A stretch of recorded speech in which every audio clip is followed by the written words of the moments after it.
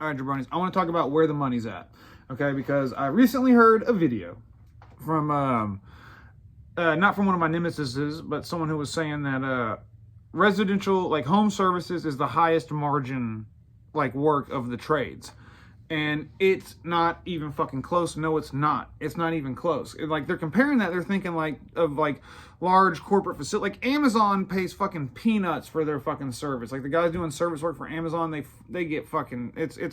They, you know, because they think, like, we've got so much volume of work that we can swing our dick around and get cheaper prices, and they use third-party brokers to handle all their service. And so, like, there's too many people trying to make money along the way. So I can see why people think that with some.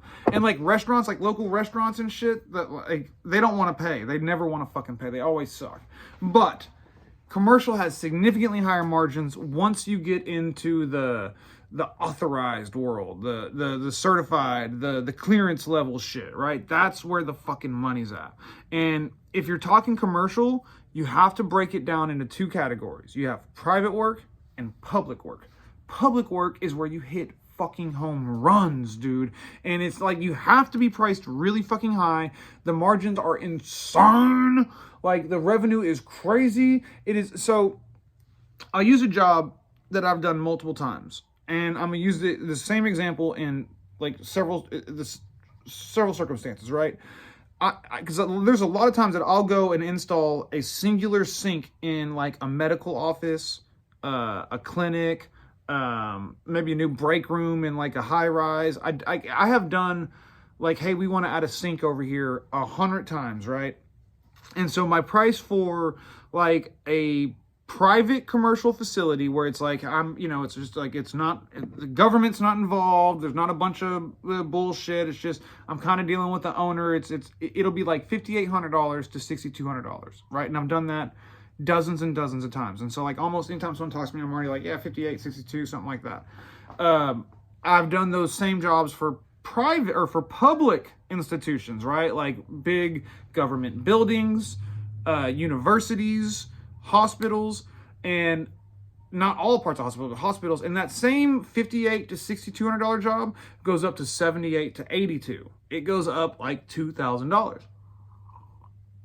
Now, I've also done those jobs in ultra high clearance areas, like really important data centers, defense contractors.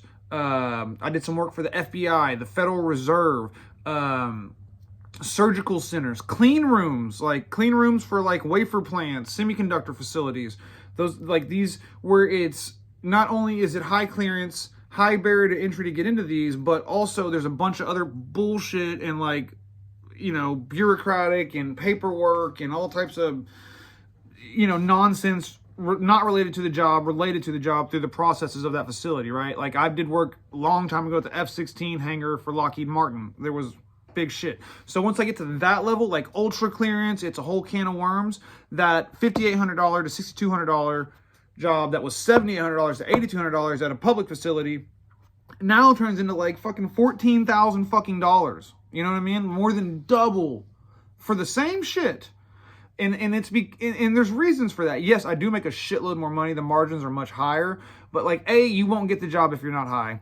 B, you're competing against hub contractors a lot of times. And hub contractors only know one price, and that's sky the fuck high. Dude, I put in a fucking ice maker in a hospital. Well, I didn't even install the ice maker. All I installed was a fucking, it's like a washer box. Just like a box on the wall with a drain and a little water connection. And I had to do that in the wall. And they wanted a stainless steel box that cost me like $200, but I did that job for $9,000, right? The contractor I beat out $17,000, almost double what I was gonna charge. And me for $9,000, I was like, damn, I feel like I'm fucking them, because really I could do this easily for like 35, but it needed to be that because it took fucking months to get paid, and there was all types of bullshit, and it gets gay, right? But once you get to that ultra high level clearance and it's public work, look the fuck out. The margins are unreal.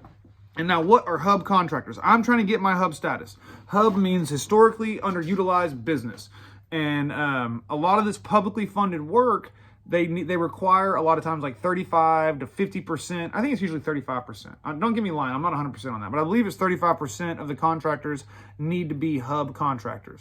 And what that basically means is just not owned by a white male. I think maybe potentially I heard something about like they added gay to that, like you can be a white male but be gay and be a hub contractor. But I don't know if that's the case. I'm not 100% on it. I just heard that. But it was from somebody who was also telling me all types of crazy conspiracy shit too. So I don't know what's true with that. But I do know that hub status, like once I get my wife to be technically 51% owner, I will be considered an historically underutilized business and I can be a hub contractor to get that public work. And that's where the fucking money is, boys. Like it's not even close.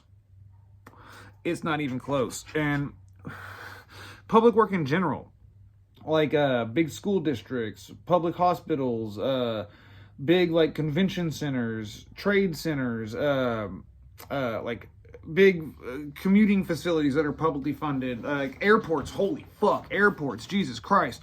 But airline companies, defense contractors, all types of shit like that. That's because these people, there's so much bureaucracy involved and the standards are so high.